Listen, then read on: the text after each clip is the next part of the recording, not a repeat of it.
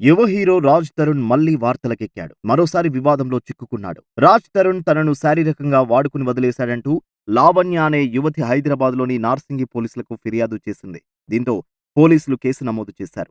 అయితే తాను ఎవరినీ ఏమీ మోసం చేయలేదని, ఆ మాటకొస్తే ఆమె తనను మోసం చేసిందని రాజ్ తరుణ్ ఉల్టా ఆరోపించాడు.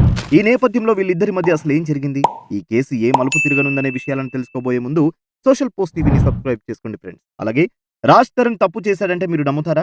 ఆప్షన్ ఏ నమ్ముతాం, ఆప్షన్ బి నమ్మలేం. మీ అభిప్రాయాన్ని వెంటనే కామెంట్ సెక్షన్‌లో టైప్ చేయండి. కుర్ర హీరో రాజ్ తరుణ్ పై లావణ్య అనే అమ్మాయి తీవ్ర ఆరోపణలు చేసింది. తనకు న్యాయం చేయాలంటూ పోలీసులను ఆశ్రయించింది. రాజ్ తరుణ్ తనను వాడుకుని వదిలేశాడని, ఇప్పుడు మాల్వి మల్హోత్రా అనే హీరోయిన్ వెంటపడ్డాడని, ఆమె వల్లే రాజ్ తరుణ్ తనకు దూరమయ్యాడని పోలీసులకు ఇచ్చిన ఫిర్యాదులో పేర్కొంది. రాజ్ తరుణ్ తనను డ్రగ్స్ కేసులో ఇరికించాడని, దీంతో తాను 45 రోజుల పాటు జైల్లో ఉండాల్సి వచ్చిందని లావణ్య ఆవేదన వ్యక్తం చేసింది. జైల్లో ఉన్నప్పుడు కూడా రాజ్ తరుణ్ తనకు ఏమాత్రం సాయం చేయలేదని వాపోయింది. శారీరకంగా వాడుకుని వదిలేసి వేరే అమ్మాయిలతో ఎఫ్ఐఆర్ పెట్టుకున్న రాజ్ తరుణ్ తనను తీవ్రంగా మోసం చేశాడని లావణ్య అంటోంది. తాజా పరిణామం టాలీవుడ్‌లో కలకలం రేపుతోంది. లావణ్య చెప్పిన వివరాల ప్రకారం రాజ్ తరుణ్ ఆమెతో 11 ఏళ్లుగా సహజీవనం చేస్తున్నాడు. 3 నెలల కిందటి వరకు ఇద్దరు ఒకే ఇంట్లో ఉన్నారు. రాజ్ తరుణ్, లావణ్య మధ్య శారీరక సంబంధం ఏర్పడింది.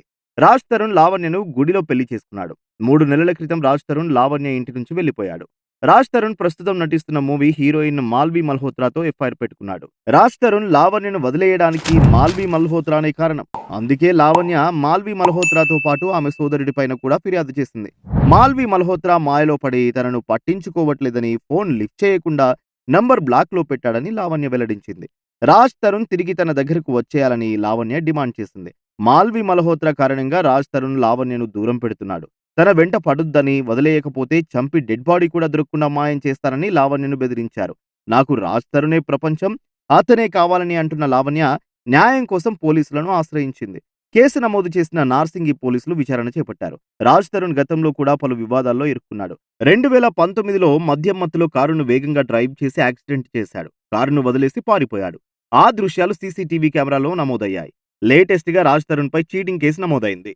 లావణ్య ఫిర్యాదుపై రాజ్ తరుణ్ రియాక్ట్ అయ్యాడు. ఆమె చెప్పేవన్నీ అబద్ధాలంటూ ఖండించాడు. లావణ్య తల్లిదండ్రులు చాలా మంచి వాళ్ళని, ఆమె మాత్రం డిఫరెంట్ క్యారెక్టర్ అని చెప్పుకొచ్చాడు. లావణ్యను ఎవరూ మోసం చేయలేదని, భయపెట్టలేదని, అసలు భయపెట్టేదే ఆమె అని అన్నాడు. ఇంత జరిగాక ఇక ఆమెతో మాట్లాడే ప్రసక్తే లేదని, ఏదైనా ఉంటే కోర్టులోనే లీగల్ గా తేల్చుకుంటారని తెగేసి చెప్పాడు. లావణ్యను తాను మోసం చేయలేదని, ఆ మాటకొస్తే ఆమె తనను మోసం చేసిందని రివర్స్ లో ఆరోపించాడు.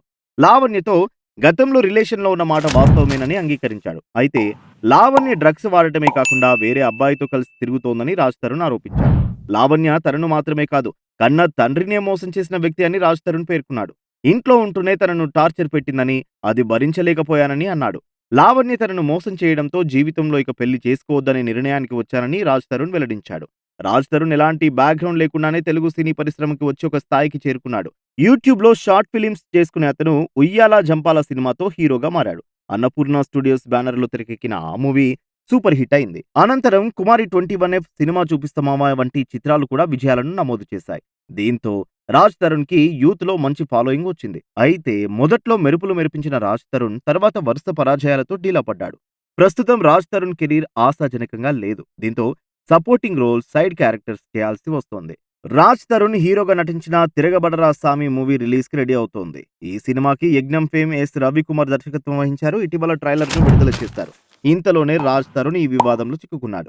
ఈ నేపథ్యంలో తన తాజా సినిమా పేరు 'తిరగబడరా సామి' మాదిరిగానే రాజ్ తరుణ్ జీవితం కూడా తిరగబడుతుందా? క్లీన్ చీట్ తో కేసు నుంచి బయటపడతాడా అనేది చూడాలి.